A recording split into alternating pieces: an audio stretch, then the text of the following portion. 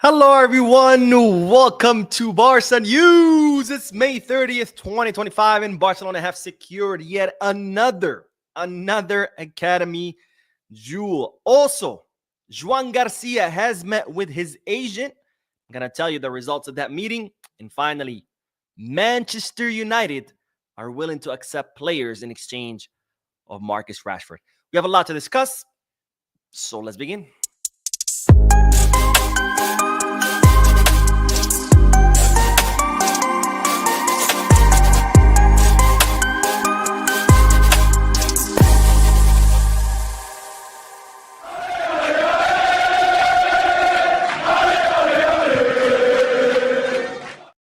Hello, everyone. Welcome to the channel. My name is Mo, and this is the Barca News Live Podcast, where not only we discuss Barcelona news, but we also get to interact with you lovely people in the chat section by reading your comments, answering any questions, and getting the discussion going. For those of you who will be watching when the podcast ends, don't worry, we'll be putting timestamps in the description and chapters in the timeline in case you do want to skip through the discussion and get straight into the news. Having said all that, make sure to hit the like button, subscribe to the channel, drop a comment. All this helps the channel continue to grow. If you are looking for any Barcelona jerseys or merchandise, like this hat, make sure to hit the goal kit, skip bag, or fanatics. You have plenty of options there. And finally, if you're feeling lucky, you want to place a bet, not just on a Barcelona match, but on any sporting event, make sure you head to Bet Us. All links are in the description. You click on them, you get access to some discounts and offers courtesy of Barca News. All right, let's begin with the news. And as always, the first segment of the podcast contains multiple bits of news combined together for the sake of brevity. Starting with that, ladies and gentlemen, Barcelona have decided that Giuliano Belletti will be the coach for the Barca Atletic during next season. Now, Belletti was hired last season, I guess. We're now referring to it last season. Time flies. But was hired for the 2024-2025 season as the coach for the Juvenil A, or the under-19 youth team.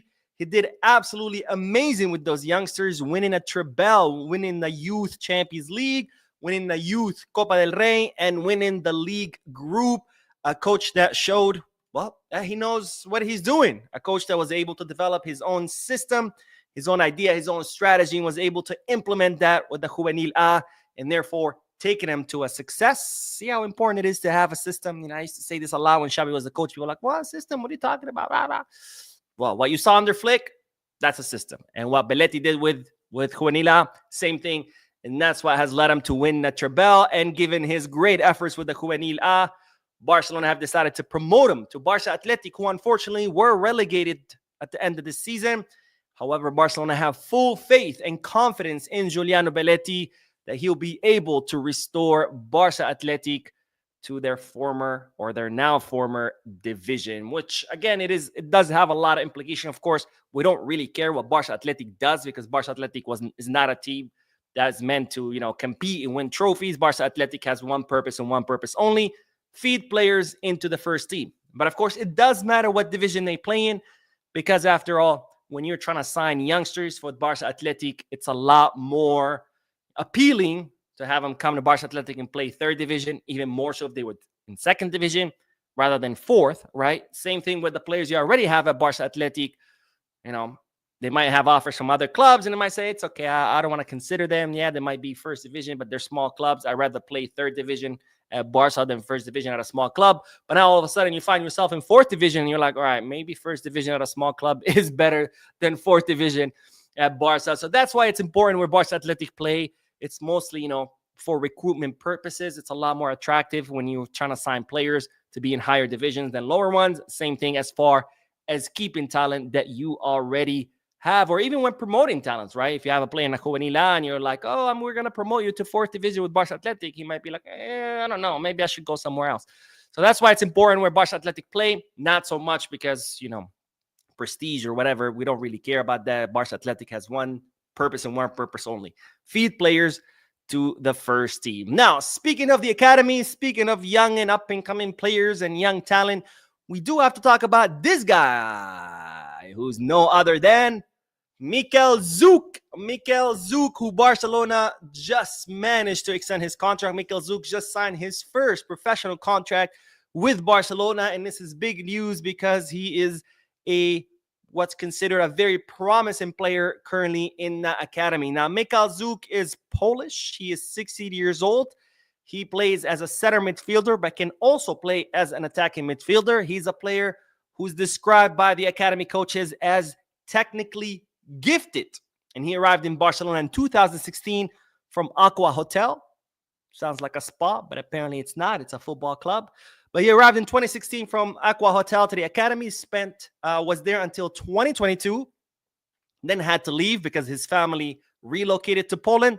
12 months later, he came back to La Masia and has continued to kill it ever since. And now he has signed his first professional contract with Barcelona, of course, at the age of 16, because that's the youngest you could be to sign a professional contract. This, of course, comes after Barcelona signed Roberto Tomas to his first professional contract. And again, as I said in yesterday's video, when people say, Mo, what is Barcelona doing? Madrid just signed Trent and Liverpool about to sign Wirtz. I'm like, this is what Barcelona are doing. This is a lot more important than signing other players. Securing the talent that you already have, whether it was renewing Lamine or Cubarsí or Pedri or Gabi or Fermin or Balde, whether it's renewing, Koundé, which is still in the works, or Frankie de Jong, or Rafinha, who's already renewed, whether it's renewing Flick, the coach of the team, or all this young and up-and-coming talent in the academy, like Oscar Gistau, Roberto Tomas, Jofre Torrens. Now we're talking about, Mikhail Zuk. This is what Barcelona are doing. So just because Barcelona hasn't signed anyone doesn't mean they're not doing anything. You're talking about 20-plus renewals. That's 20-plus signings that Barcelona has done to what? Real Madrid's one? Who cares? Stop focusing on other teams. Focus on what Barcelona are actually doing. Now, one last bit of news, because we do have to talk about another young player, someone we talked about several weeks ago. If you don't remember, it's this guy. His name is João Vitor Roraima. And if you might recall from the video that I made several weeks ago, João Vitor Roraima is a 17-year-old midfielder. He's considered, a promising up-and-coming player in Brazil. Deco saw him perform during the Copinha and was impressed with his performance and asked Barcelona to invite João Vitor Roraima for a trial at the academy.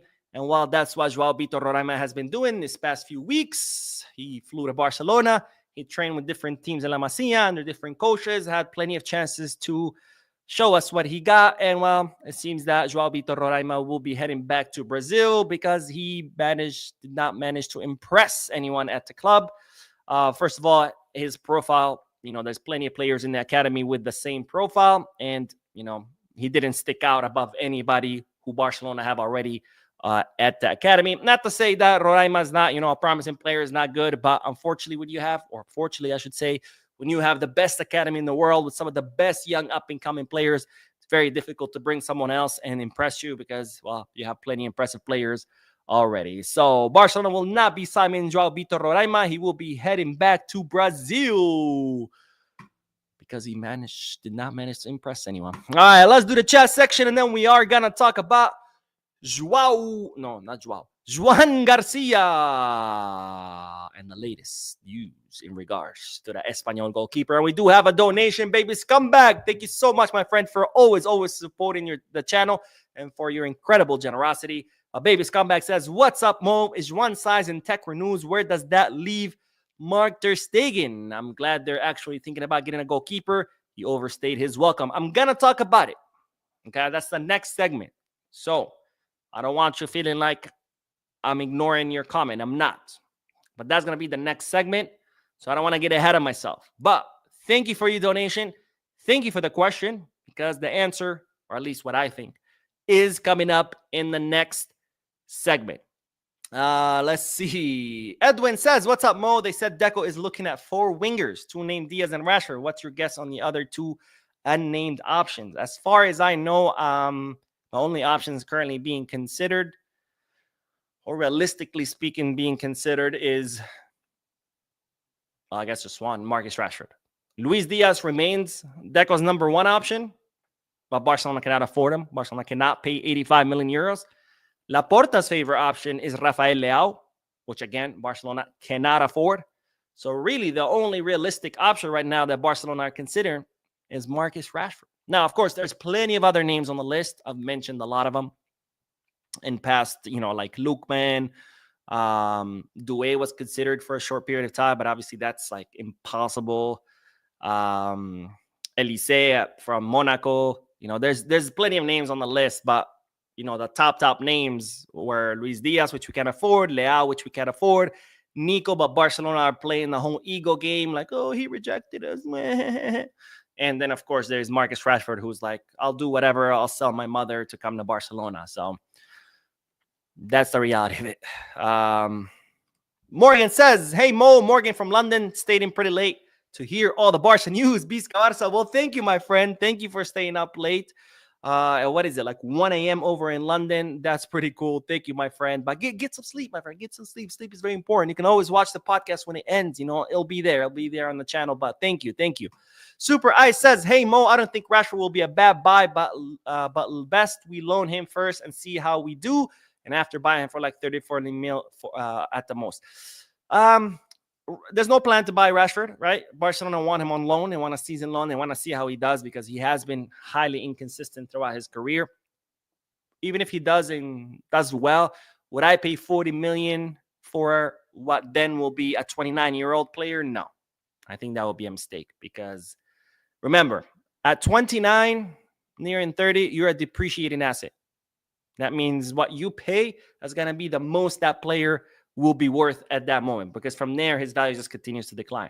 So would I spend 40 mil on a 29-year-old player? I mean, he's 28 now, but he'll be 29 next season when his loan ends.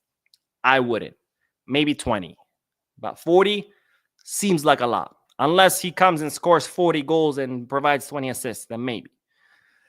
Koroma says, hi, Mo. My name is Samuel from Sierra Leone. I never miss a podcast. Much love from Sierra Leone. Keep it up.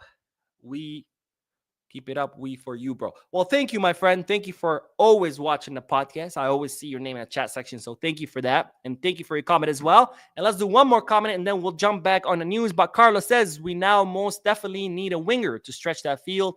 Real Madrid is getting Carreras.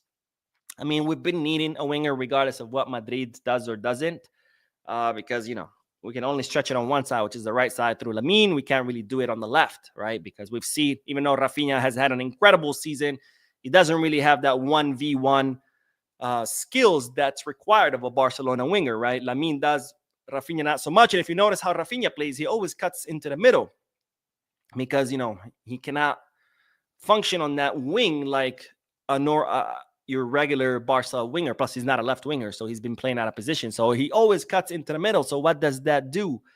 What that means is that A, Barcelona cannot stretch the field on the left. They can only do it on the right. And B, that leaves Alejandro Balde to cover the whole left flank by himself, which of course leaves him exposed a lot of times. That's something I mentioned a lot in my match reviews where people would be like, oh, Balde, he saw us a lot. I'm like, no, he has to cover an entire flank, the whole left side of the field by himself. And that's because Rafinha always cuts in, right? Because Rafinha is not really a left winger. And that's why we do need a left winger that can, A, stretch the field out with Lamine, leaving more interior corridors for other players to make those runs from behind, like Pedri, like Frankie, Rafinha, if he ends up playing as an attacking midfielder.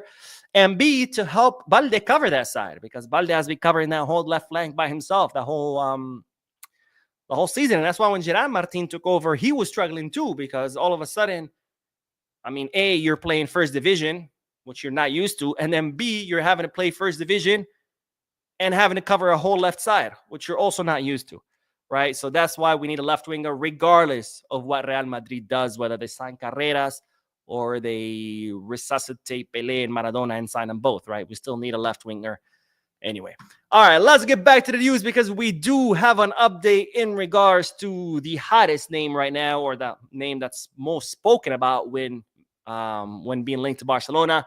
That's no other, of course, than Joan Garcia, the Espanyol goalkeeper, who will be on the move this summer transfer market. But the question is where he will go, because he has plenty of offers from many European clubs, one of them being, of course, Barcelona. As I mentioned in yesterday's video, Barcelona have already reached an agreement or a pre-agreement with his agents as far as the length of the contract, salary paid, bonuses, the structure, everything is agreed to. But of course, everything is awaiting the player's green light. But at least now, when Joan Garcia, considers his options, he will know exactly how much Barcelona or what Barcelona are offering him, right? Because usually you ask the player, hey, you want to come? If they say yes, then they're like, all right, let's sit down, let's decide everything. Barcelona have already reached an agreement regarding everything.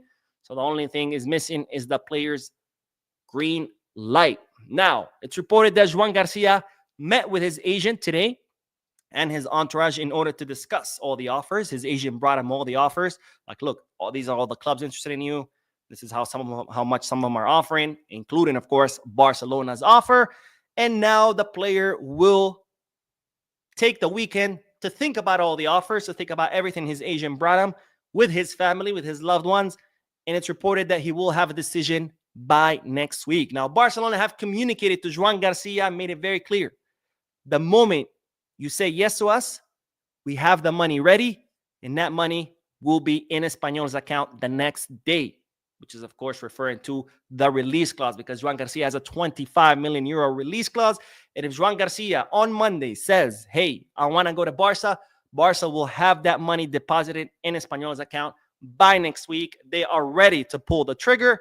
The only thing missing, of course, is the player's green light. Now, the player has not made a decision. I cannot stress that enough. However, out of all the offers that he has, it's reported that the Barcelona offer is the most attractive one.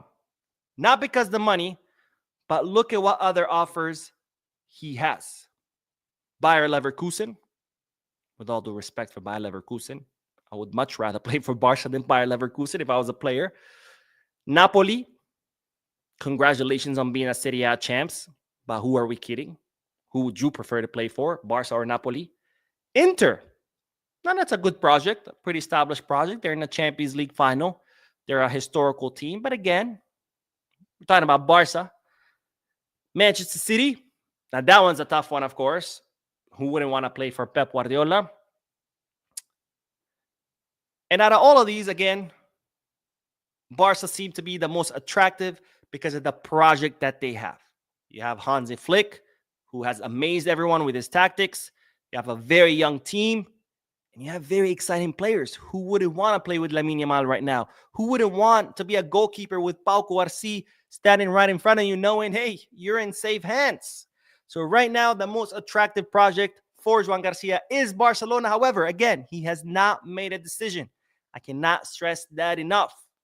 I've seen a million articles. Oh, Joan Garcia agrees to go to Barca. Oh, Joan Garcia snubs Barca. It's none. He hasn't agreed. He hasn't snubbed. He has met with his agent.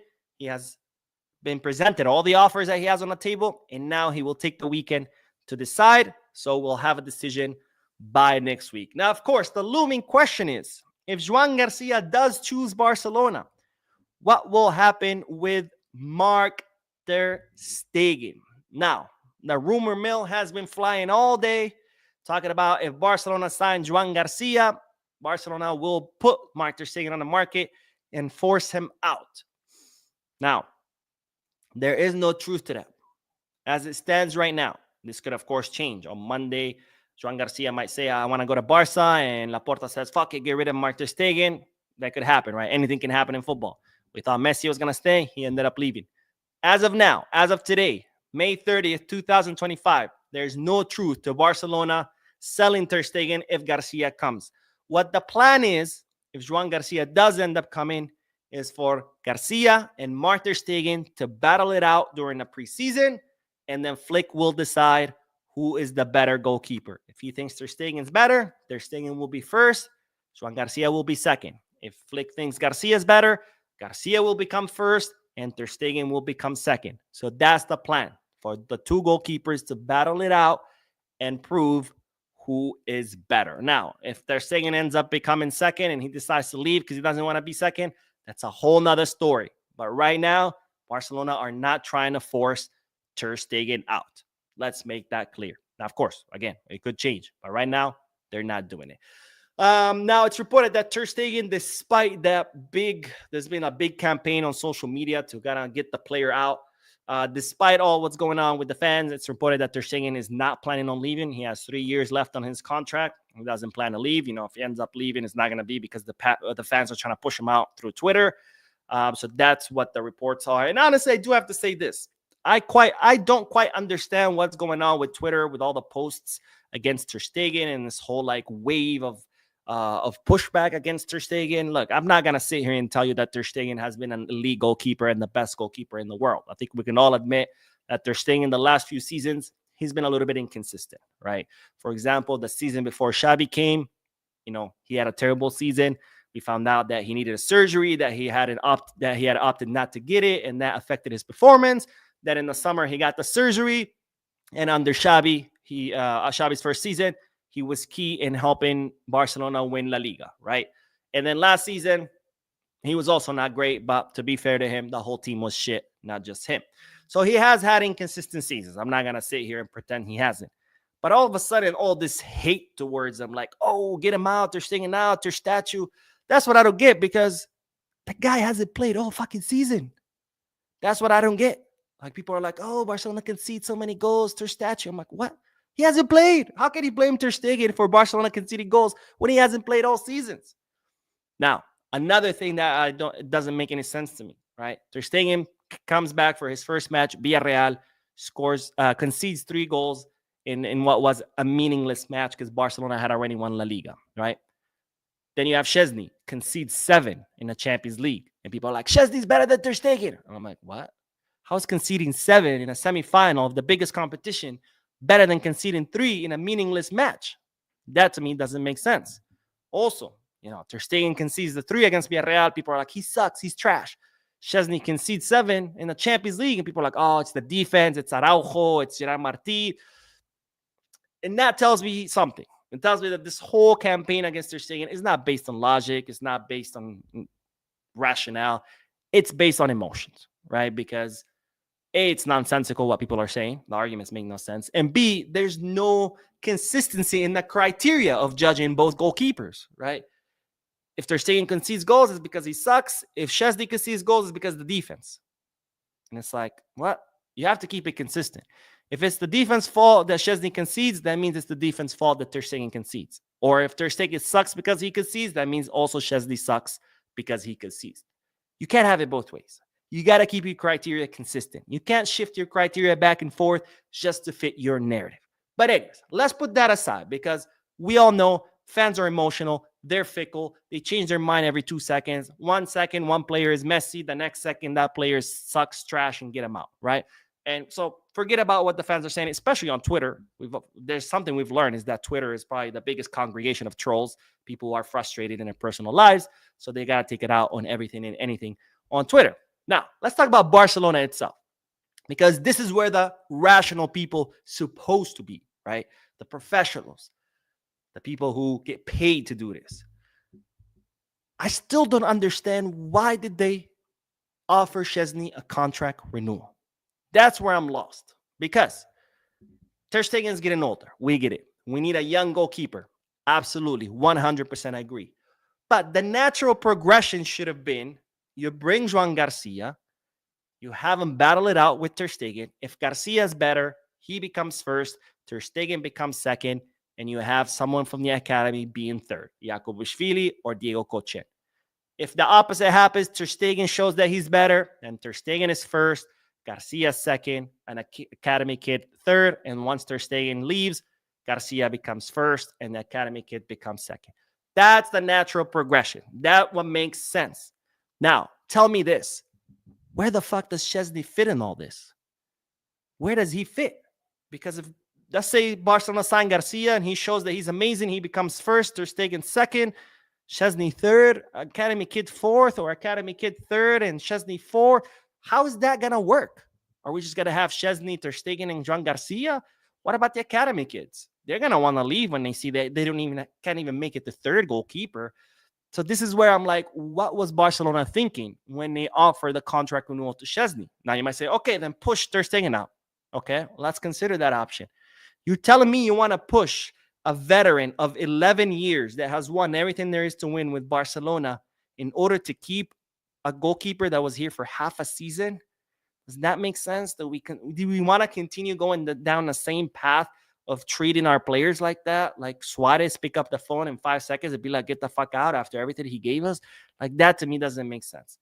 Should we sign Joan Garcia? Absolutely. Is it time to bring someone young? Absolutely. But where does Chesney fit in all this? That's what I don't understand. But anyways, I don't want to talk about it more. I've been talking for the last 100 minutes. Let's do the comment section, and then we are going to talk about, of course, Marcus Rashford and Baby Scumbag. Again, thank you for the donation. I hope that answered your question. Barca Talk says, Yo Mo, Saturday morning in SA, South Africa? Yeah. Off topic though, do you think we need Ultra? No, we don't need the Ultras back at the Camp Nou. We don't need the Ultras anywhere near FC Barcelona. People think that the Ultras is just like these cool guys who show up to the stadium with drums and trumpets and banners and ooh, the atmosphere is so cool. The Ultras are criminals, okay? Simple as that. They're neo-Nazis, they're racists, they're criminals, they have killed people, they're murderers, they sell drugs. Some of them are involved in prostitution rings, human trafficking. They are criminals, okay? These are not just cool guys with banners and drums that make the atmosphere pretty cool. They are criminals. It's a gang. No, we don't need them in the Camp Nou. We don't need them nowhere in the Camp Nou. We don't need them nowhere anywhere. And I hope someone from the Bushes noise is not watching because they might put it. Remember, they try to kill Laporta. When Laporta banned them, they found his house and they marked it and they said that they were going to kill him. And they have killed fans before, by the way. So, no, we don't need them anywhere near our club. Raul says, Mo, we're not making any signings. All these rumors, speculations, and news coming out. All Laporta PR. We've seen this before. He's manipulating the fans' emotions yet again. I don't think so. I think Joan Garcia is pretty much, it's a very much a possibility as long as the player agrees. Now, if the player doesn't agree, there's nothing we could do. But 25 million for his release clause is something that Barcelona can pay. And in fact, they are ready to pay.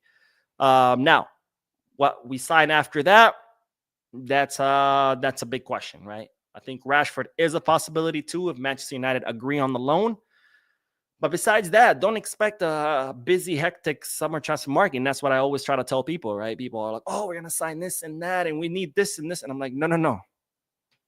Be real here. We're still in a financial hole. We still don't have financial fair play. Like, don't get all excited thinking Barcelona's going to sign 5, 6, 7 players, right? 2 signings, maybe 3 at most. Morgan says, over 122 people on the live and so little likes. Please like the video so more Barca fans can see the great channel. Thank you, my friend. Yes, hit that like button. It's free, completely free. They're not going to ask you for your credit card. They're not going to ask you to donate blood. You just click on it, and that's it. And you prompt the YouTube algorithm to promote the channel to people who've never seen it. Tell them come. By the way, if you know any friends or family who are Barca fans and you're like, hey, guys, I keep hearing you talk about Barca. You sound like you don't know anything what's going on. Watch the channel. You're going to be up to date. Tell them. Sean says, good night, Mo, with everyone except Unsustain. Who else you think Barca can sell? I would hate to see we sell one of our youngsters. Okay. Who is on their way out? Ansu, of course. He's on the way out of Monaco. Pau Victor, it looks like he could be leaving, not because Barcelona want to push him out, but because, he wants minutes, understandably so. Pablo Torre could be on his way out, even though he hasn't made up his mind. He's still on the fence between, staying and leaving. Iñaki Peña, of course, he's leaving because, we're going to have 20 different goalkeepers, so he needs minutes too. Araujo has said he's staying. Frankie has said he's staying. So don't expect any big sales where we're going to generate a lot of money. Besides that, who else that I'm missing? Obviously, the loanees, Lenglet, hopefully will leave soon. Oriol Romeo, hopefully leave soon. Who else is left that I'm not thinking about? That's about it. Hector Ford could have been on his way out. He's not. Oh, Alex Valle, it's already a done deal. Como are going to pay the $6 million. So I guess we're going to get money from there. But that's about it. Let's do one more, and then we are going to talk about Marcus Rashford since Randomized brought him up. But Randomized says Rashford would fit perfectly in this Barca team. Look at Dembele at PSG. Let Rashford come to Barca. It's not a matter of fitting into the team. Obviously, Rashford is an incredibly talented winger, and he could probably fit anywhere. The problem is his consistency, right? He's been highly inconsistent. So what version are we going to get? Are we going to get the Marcus Rashford who is a diva, doesn't listen to his coaches, goes out partying, crashing his cars? Or are we going to get the Marcus Rashford that, that actually performs? I don't know, right? Now, people like to point out at the Aubameyang thing. Oh, Oba, they said he was done and he came here and did well. Sure, but I could also point to you at the Joao Felix situation. People said he was finished, and he came and he proved us all right that he was finished. So he could go either way, right? There's nothing that can say for sure that Rashford's going to work out or for sure that he's going to suck. It's a coin toss. And that's why I prefer Barcelona to loan him, because I would rather spend nothing on a coin toss than spend 50 million euros, which is what Man U want, on a coin toss. That's one hell of an expensive coin toss, unless it's like some rare coin worth 50 million and you get to keep it after you flip it. But anyways, let's get back to the news, because we do have to talk about Marcus Rashford. Perfect segue after randomized comment, but we do have to talk about Marcus Rashford because it's reported that Man U are willing to accept players or player in exchange for Marcus Rashford. Now, as you know, Rashford has made it very, very clear that he wants to come to Barcelona and Barcelona only. In fact, he did that in the winter transfer market. He waited for Barcelona until the final moments of the market, but Barcelona could not clear enough space on their financial fair play. So, of course, Marcus Rashford ended up leaving to Aston Villa on a half-season loan. And now that he's back to Man U, once again, he's offered himself to Barcelona. He's hired Pini Zahavi, who is a very close friend of Jean Laporta. He's also the agent of Lewandowski, Dani Rodriguez, and, of course, the great Hansi Flick. And he has hired, of course, Pini Zahavi to help him make that move to Barcelona. And he's even informed Barcelona that he's willing to slash his salary to make the move. Now, Barcelona do welcome the move of Marcus Rashford. However, only if it's a loan, because Barcelona want to try him out for a season. If he works out, then they can sign him next summer of 2026. But they're not willing to pay a transfer fee.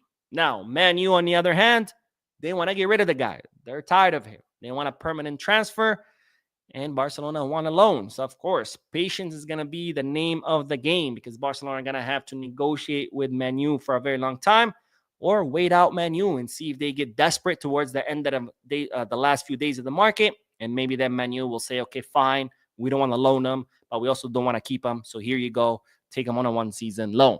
Now, Man U, knowing that Barcelona don't really have that much cash to be splurging on signings, and that Barcelona want to take the player on loan, have said to Barca, okay, fine, you don't have cash, you don't want to sign him, you want to take him on loan. How about you offer us some players, and then you can have them on a permanent transfer. You don't have to spend cash. Just give us some players.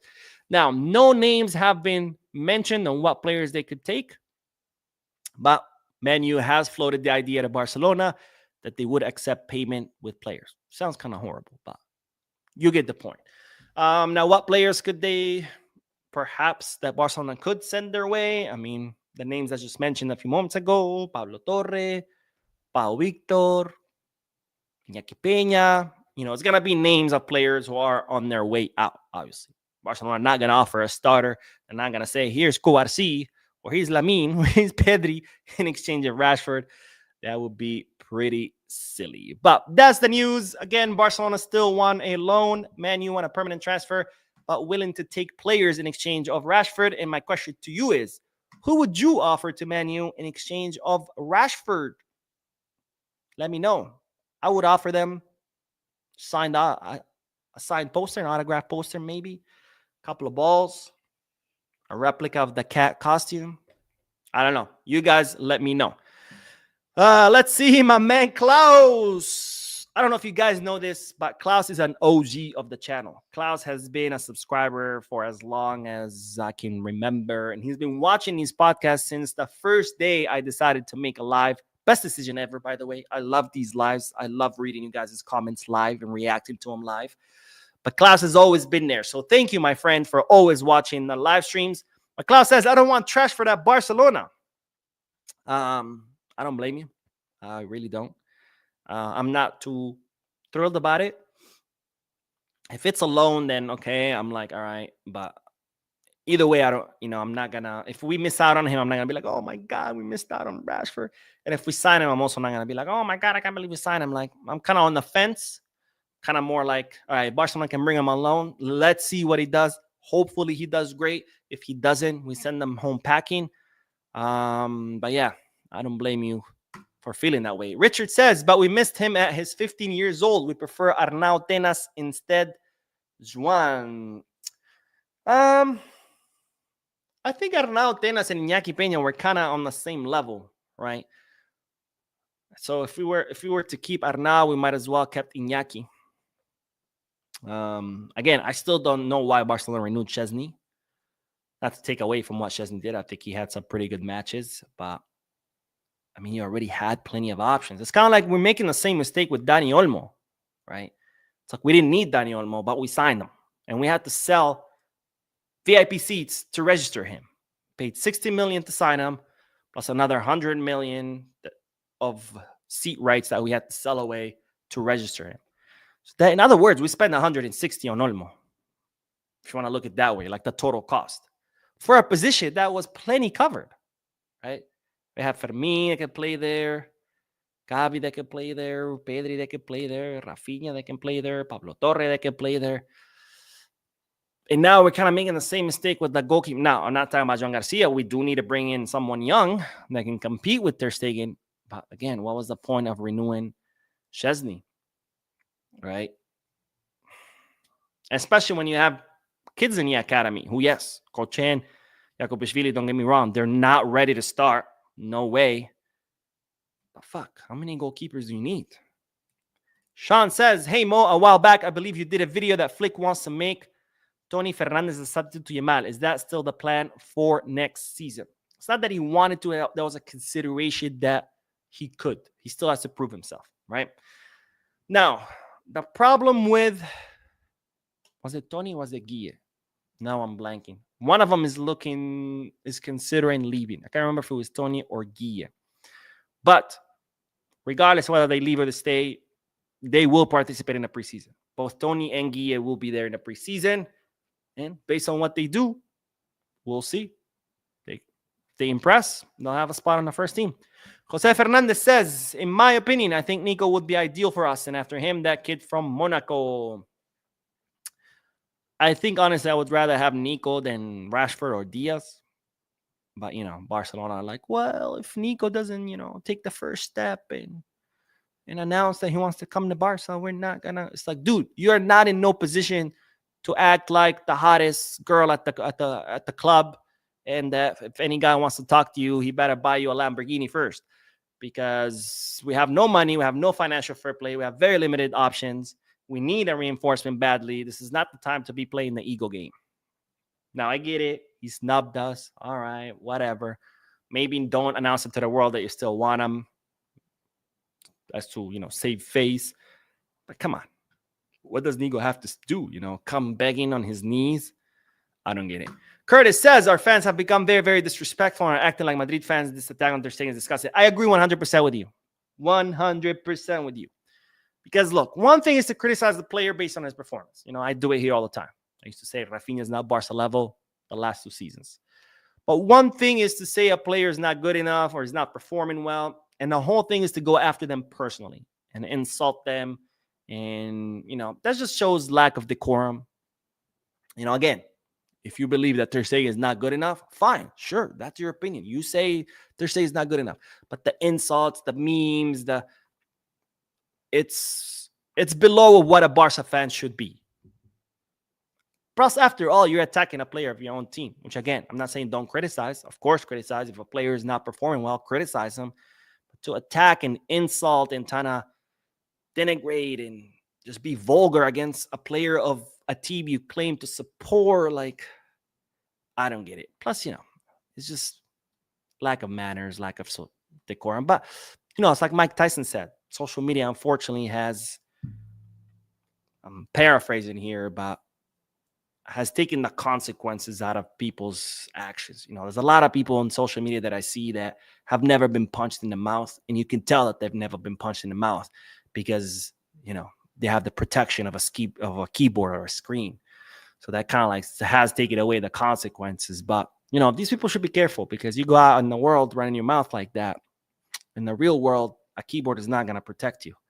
Dennis says he was shit the games he played and was shot the whole of last season. He will be worse this coming season. Coming off a knee injury, it's nothing to do with a campaign against everything to do with a campaign against him. Just go on Twitter. Just look at the trending hashtag. Oh, Baby Scumbag. I'm so sorry, my friend. 2 donations and I ignored both. Baby Scumbag says, to be fair, you can't compare Inter and Villarreal. true. But to say that a goalkeeper who concedes 7 is better than a goalkeeper who concedes 3 in a meaningless game, see what I mean? And again, just keep your criteria consistent. If Szczesny, when he concedes, it's the fault of Araujo in the defense, then the same could be said of Ter Stegen, right? After all, they have the same defense. Or if Ter Stegen is responsible for all the goals he concedes, then so is Szczesny. You don't get to change your criteria just so to fit your narrative.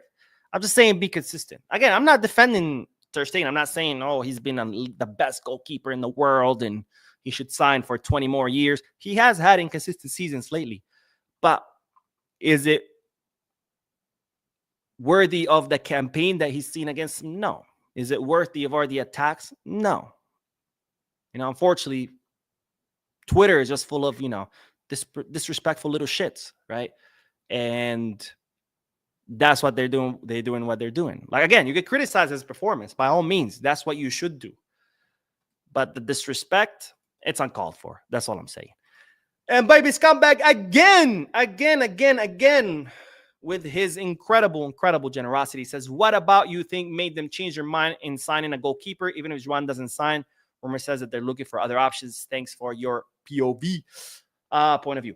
Not the porn. I don't do porn. It was the market opportunity, right? The goal was not to sign a goalkeeper. The goal was Ter Stegen first, Szczesny second, and some kid from the academy being third.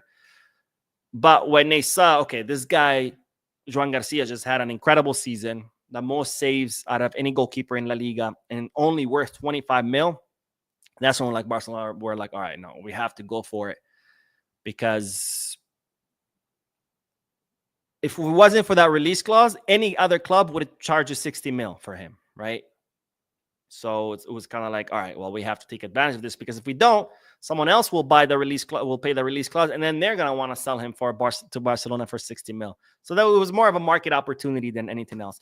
But, oh my God, there's one more bit of news. Thank you, Baby Scott, back for your generosity. But let's do the last bit of news, and then we will do more comments. But let's talk about Clement Lenglet, because Atletico de Madrid are trying to accelerate his transfer from Barcelona to the Madrid-based club. And the reason for that is that we have the Club World Cup that is set to begin. What is it, 2 weeks now? It's right around the corner. And of course, Atletico Madrid want to take Clement Lenglet with them to the Club World Cup. So they're trying to accelerate his transfer from Barcelona to Atletico Madrid on a permanent transfer. Because remember, when Lenglet joined Atletico Madrid, he joined on a one-season loan, no option or obligation to buy. So as of June 30th, he'll be a Barcelona player once again. So Atletico want to, accelerate his transfer so he can be available to them throughout the Club World Cup. Now, Barcelona are also trying to accelerate this transfer. Why? Because Lenglet has an incredibly high salary. They need to remove that salary off their wage bill as soon as possible. That way they open up space for whatever players they do end up signing. What's the problem? The problem is still the same. Atletico Madrid want a contract rescission. They want Barcelona to cancel out Lenglet's contract so he can join them as a free agent. An alternative, they want another season loan. But of course, Barcelona are not open to either. They want a permanent transfer. They're asking 10 million, which I don't think it's crazy. 10 million for Lenglet. I think that's a pretty reasonable figure. But of course, Atletico Madrid, being Atletico Madrid, are trying to bully Barcelona into yet another favorable transfer to them and horrible to Barca. I just really hope Barcelona put their foot down and say, you know what? You either pay or fuck you, because enough is enough. They have fucked us over so many transfers, whether it's Griezmann, Suarez, Villa, you name it. I think enough is enough. It's time to put our foot down and say, look, you either pay or you can't have them. All right, that is all the news for the podcast. Let's do more comments, starting with Richard's donation, a very, very generous donation. Thank you, my friend, but says, sure, Ter Stegen doesn't deserve the attacks, but he's got to realize his time is up. I mean, that's what Joan Garcia will be for, right? Joan Garcia comes and the two battle it out, and Ter Stegen sees that, okay, this kid is younger, he's faster, he's stronger, he's better than me, then that will be his time up. But what's to say that Joan Garcia comes and Ter Stegen still proves that he's still got it in him, right? We don't know. Because remember, being great at Espanyol is not the same as being great at Barca. Espanyol play one match per week. Barcelona play every 3 days. Espanyol just play one tournament. Barca plays 4. Right? Espanyol just plays against the other La Liga clubs. Barca plays against some of the biggest European giants. So being a good goalkeeper for Espanyol is not the same as being a good goalkeeper for Barca. Now, I'm not saying Joan Garcia is not a good goalkeeper, but it might take him some time to adapt to Barca. And remember, there's another thing he needs to adapt to. Something that a lot of goalkeepers struggle with is the build-up from behind, which Ter Stegen is very good at. Ter Stegen is very good with his feet. He's very good with the build-up. Most goalkeepers are not, because most goalkeepers, when they're coming up through their academies, they learn how to be a goalkeeper. They're not learning how to build plays from the back. Barcelona goalkeepers do. So we saw Szczesny. I mean, Szczesny was an elite goalkeeper throughout his whole career. And he came to Barca and he struggled until the last day. I mean, how many penalty kicks did he give away? So we can't say for sure that Joan Garcia is going to come and just sit Ter Stegen down. Ter Stegen might still show us that he still has maybe another season, maybe 2. After all, goalkeepers have a very long career. Or maybe Joan Garcia comes and he shows us that he is the elite goalkeeper that that we all think he can be. And he ends up sitting down Ter Stegen. But either way, it has to be a sporting decision. It has to be Flick evaluating both players and saying this one deserves to be first, this one deserves to be second. Whoever it might be, right? But it should not be based on disrespectful little shits on Twitter. That's all I'm saying. Bleacher Boy says Rashford is basically the same profile as Rafinha, just more. No. They are not the same profile, my friend. They're not even close. Rashford is a 1v1 left winger than Rafinha is. Rafinha doesn't have that 1v1. Again, not to say that Rashford is better than Rafinha. I think maybe skill-wise, yes. I think Rashford is more talented than Rafinha. Obviously, Rafinha is a million times more consistent and a much works a lot harder. But they're not the same profile. No way. Let's see. Abraham says, good evening. I'm in Freetown, Sierra Leone. Well, shout out to everybody in Sierra Leone. A lot of people from Sierra Leone today in the comment section. I'm loving it. Let's see. Super Ice says, hey, Mo, the famous people that say Ter Stegen out there was like the same person who used to say he was one of the best. Now a little mistake, but people don't say winger out when they're missed, but goalkeeper. Hold on. Let me read that again. Hey, Mo, the famous people that say Ter Stegen out, there was like the same people. No, the same person who used to say he was one of the... Oh, okay. I get it. Sorry. I was having a mental, a senior moment. Okay, yeah. So the same people who are saying Ter Stegen out were the same people who are saying he's the best goalkeeper. I mean, obviously his level has gone down. Ter Stegen is not the same guy from when he first started, which to me, when he first started, like in 2016, 17, 18, I think he was one of the best goalkeepers in the world. But yeah, fans are fickle, man. Fans are fickle. One day, a guy is the best ever. The next day, he's trash. He is shit, and we should get him out. Let's see. Edwin says, I think they're signed Tech because Ter Stegen won't agree to be a backup and Peña will be leaving. Seems like only Tech was okay with back seat. Here's the thing. There's anything we've learned from Flick is that he doesn't care who you are. If you're a veteran of 20 years or if you're a kid of 15 years, if you prove you're the better option, you're going to be the starter, right? We saw it with Iñaki, for example. Iñaki was doing well all first half of the season. There was no reason to sub him out, but Szczesny comes, who's nobody in Barcelona, right? He's just arrived. He's the new kid on the block. Meanwhile, Iñaki has been there since he was a kid in the academy. And Flick says, I don't care. Szczesny has shown me that he's better in training, so he's going to be the first goalkeeper. So I don't think that's the case. I think if Joan Garcia comes and he shows that he's better, Flick is not going to have any problems of looking at Ter Stegen and say, sorry, bro, you're going to the bench because this kid is better than you. Whether Ter Stegen likes it or not, that's a whole nother story. But I think Flick has what it takes to, look a veteran in the eyes and say, sorry, bro, but there's another guy who's better than you. I mean, he did it to Araujo, right? Araujo is a captain. He is a freaking captain. He was a number one center back under Xavi. And Flick was like, Sorry, bro. It's going to be Cubarsí and Iñigo. And during the last 2 matches, Christensen, 2 ahead of you. Like, I don't think Flick has any problems of saying to anyone, doesn't matter how long they've been at the club or who they are, you're sitting because someone else is better than you. Funk Frank says, none of Goose can play the number 10 like Olmo. You telling me those names you called would have given us 9 goals? Ooh, 9 goals. Especially the important goals that Olmo gave us. Ooh, 9 goals, guys. Fermin gave us 8. Am I supposed to be impressed by 9 goals? Oh, wait. Did I read that one? Yes. No. Bleacher Boy says, how about just take a lower amount and let Lenglet go? I want him gone. It's been too long. Man, at this point, I just want Lenglet out too. Like, if I have to fly all the way to Barcelona, rent a car, and go pick up Lenglet from his house and take him to Atletico Madrid, I mean, I'm down, right? I'll even pack his house for him. Like, I'll spend all day boxing his shit. I'll move it to his new house. I'll unpack it at his new house. But please, please, my friend, please, go.